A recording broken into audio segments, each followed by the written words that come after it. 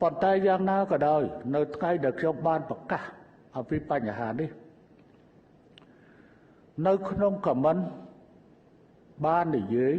អំពីបញ្ហាសុំកំបិតរោងចាស់ខ្ញុំអត់មានការងារធ្វើថាសុំកំបិតសាលាកូនខ្ញុំអត់បានរៀនខ្លះថាបិទសាលា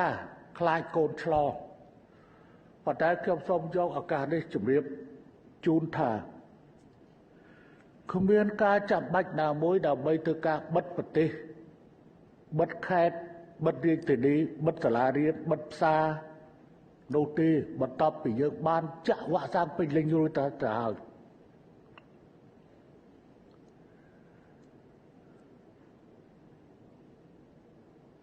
ចំណុចអស់ទៅនេះគឺជាចំណុច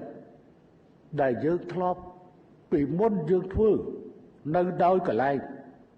នឹងបិទគោលដៅខ្លះប៉ុន្តែឥឡូវនេះគ្មានការចាំបាច់ដើម្បីបិទទេណា